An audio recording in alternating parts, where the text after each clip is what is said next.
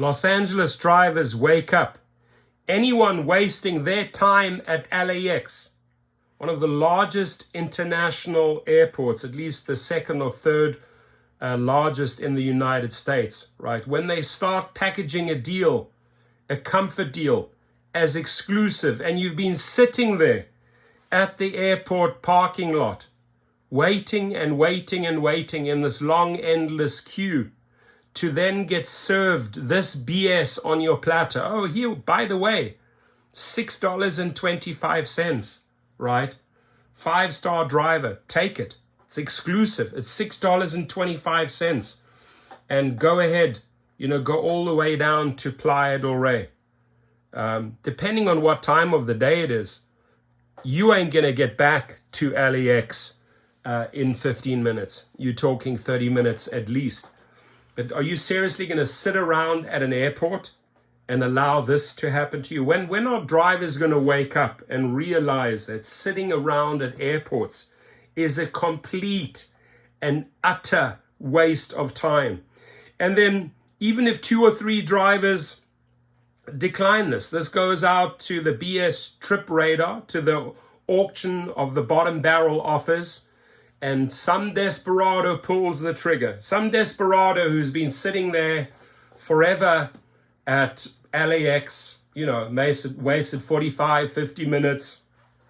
You know what, I'm going to go home. And before I go home in that direction to Santa Monica or to the west side, I'm going to do this. You have just dropped your bar. You have just lowered your bar by accepting nonsense. And as long as they know there's an idiot that will take this, or will, like yesterday, take that $2 and $20 Houston trip, as long as there's an idiot willing to take this, nothing will change, right? And this is what frustrates the majority of the drivers with a business brain. People that actually do their calculations, people that actually run this as a business, people that actually monitor their costs and know this is trash. They don't accept it. So what? The acceptance rate goes down. But they're not wasting their time, wasting their gas, wasting their vehicle's miles on pathetic offers like that, right? And those individuals stick together. They don't accept. But it's those idiots. It's those pigeons. It's those sheep, those ants that take this trash, right? Because they chase 20, 30 of these BS offers all day long to make some money, right? These are the people that are messing up the industry. There's a certain type of driver that is messing it all up for everyone else. That's the sad thing. That's the reality, my friends, is that it's these desperate drivers who are clueless when it comes to just doing basic business calculations. And they think, oh, if I do lots of these things, if I do multiple of these things over an 8 or 10 hour period, I'm going to be left with something.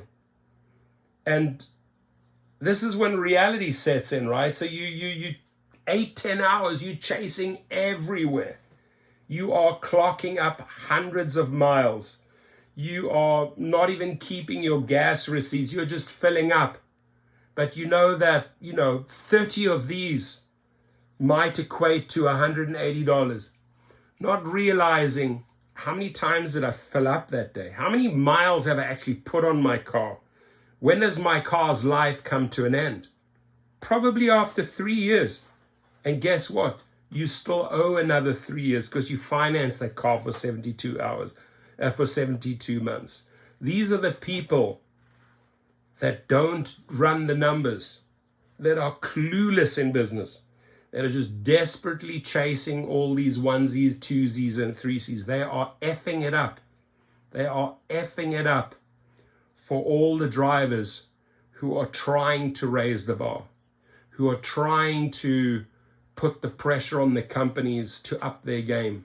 It just takes those defectors, it just takes those weak individuals, clueless individuals to mess up the entire equation for all. Think about that for a second. Just think about that for a second, right? And catch yourself, right? Catch yourself. Oh my God, I'm one of those that falls into that trap. I'm one of those who chases 20 or 30 of these, and I'm not running the numbers, and I'm not keeping the receipts, and I'm not adding. And oh my God, yeah, I realize my car is almost at its life end, 250,000 miles 3 years later, clocking 85,000 miles. You might have another 30, 40,000 miles in the tank and you're done, and you still owe 2 or 3 years. Catch yourself, ladies and gentlemen, if you fall into that category.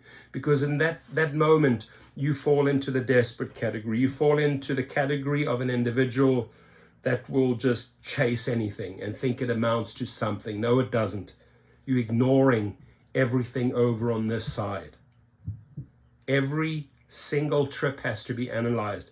Every single trip has to be broken down. Does it make sense? Doesn't it make sense? Time factor, mileage factor, maintenance factor, gas factor, money factor. How much am I making? Please think about that for a second. Your comments.